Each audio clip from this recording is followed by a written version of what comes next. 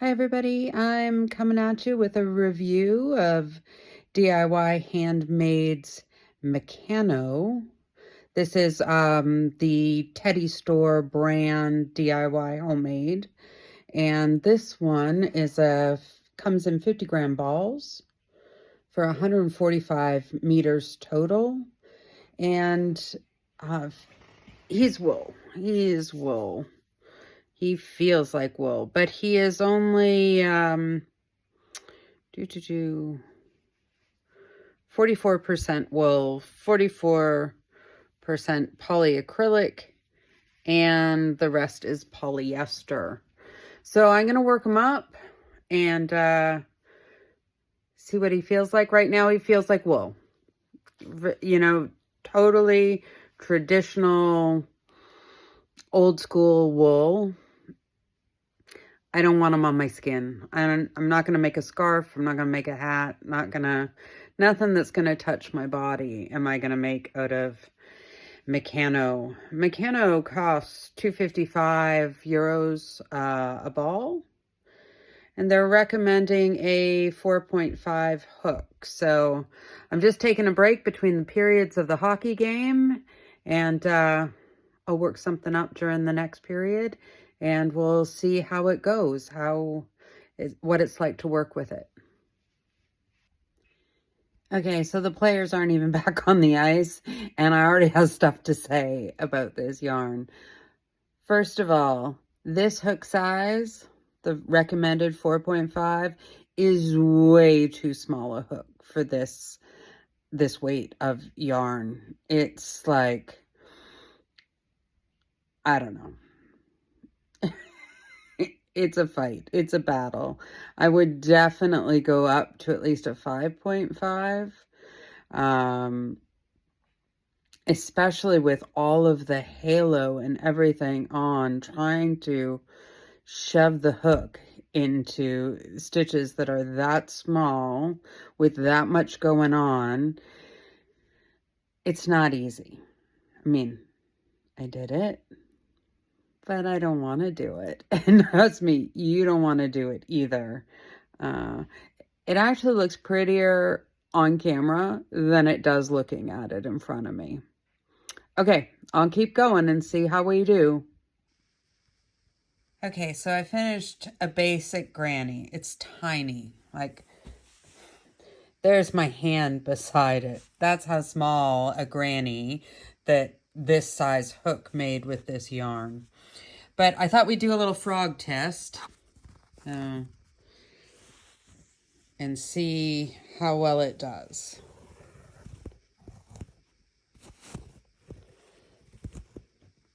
Pretty good, actually, considering how much halo and fluff there is on this.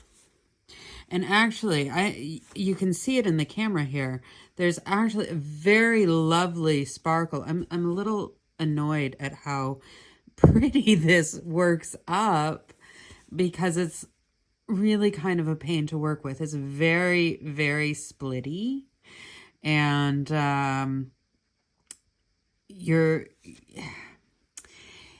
when you're working on the stitch, sometimes it's very difficult to tell where your stitch is and where your yarn pull through is. Sorry, I'll try and say that better. But actually, you're getting some lovely stitch definition on this, and that sparkle is really, really attractive. So I'll keep going. Okay, so what I've done here is I've made the same basic granny square with the same number of rows with 3 different size hooks. The 4.5 mil that they recommend, a 5.5 mil, which I thought, that was my first thought, but then I did it also in a 6.5 mil, and this was by far the easiest and best way to work with it. I think I would recommend the 6.5, but the 5.5 was just much better and easier than the 4.5, because it's a roving weight, which means it goes from thick to thin to thick to thin randomly. The 4.5 could work for the thinner parts, but when it's very thick and fluffy, like you can see some of the thicker parts here, you can also see it in the stitches, yeah? So when it got to the thick parts, this was being pulled very tightly and it was narrowing in the yarn. I mean, you can see how taut this yarn is, which is not what you're getting over here, and certainly not over here. You get the halo of the yarn coming through much better, and the actual wooliness of it comes out much better with the larger hook. It does actually look quite lovely worked up. You can really see the sparkle comes out when the light hits it. So that was quite nice. I have the ruler here. I mean, you can see that this one is a full centimeter larger than this one here. This one I'm going to throw in the washer and dryer and let's see what happens. So it's about, the bigger one is actually 2 centimeters larger than the small one. So if you're wanting to work up your project quickly, that's the other reason to use the larger hook. So here we've got 8 centimeters. I'm going to throw it in the washer and dryer. It doesn't say you can, but I want to see what happens. Okay, so I am back after the washer and dryer test, and this one I did in the washer and then lay it flat as they instructed, and that was more than 24 hours ago and it's still damp. So it's going to take a long time lying flat to dry this particular yarn. And if you're making something large out of it, you need that kind of space. I don't particularly have that kind of space, at least not for that length of time. So, and it's still fairly damp. So it would be probably a good 48 hours before I was able to sort of move that and put it away where it was, you know, not in risk of going mildewy or that in the cupboard. But if it did not shrink, it's still 8 centimeters. This one, I put washer and dryer. And now it is very soft. Remember I had said it was kind of grabby here? This one is just original. I haven't done anything to this one. So you can really see the difference. This one, through no fault of its own, is slightly discolored because I washed him. I just threw it in with a load of my son's laundry. And he got caught in the lint trap. And so got a little discolored from that. And maybe also picked up some of the color from some of the other garments. But this one was also in the same load. So they were in the same wash load. And this guy just got a little discolored from it. This one, even though he went in the dryer, is still, if he shrunk at all, it was about 1 millimeter. And it's more that the edges, I think, are a little more rounded than they were in the first, but if there is any difference, it's extremely minimal. What is different, as you can see in here, is that the stitches are puffier. It's much fluffier. It's much softer. So I prefer this yarn after it's been in the washer and dryer. And I was given this yarn a thumbs down until I threw this piece in the washer and dryer.